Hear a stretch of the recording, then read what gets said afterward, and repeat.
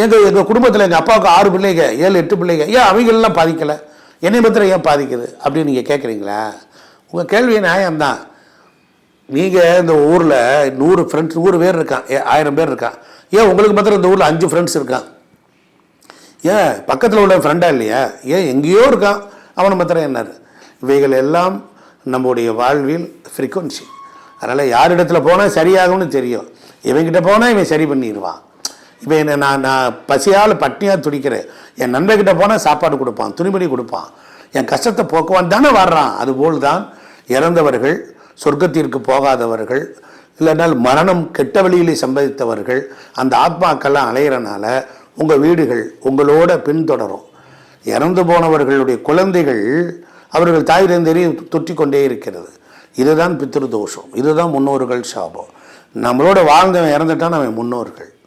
அவர்களை நாம் இறப்பிற்கு பிறகு மேல் உலகத்திற்கு சரியான முறையில் அவர்களை அழைச்சிட்டு போகிறதுக்கு இந்த பித்ரு தோஷம் முன்னோர் சாபம் தீர்க்கக்கூடிய வழிபாடு உண்டு.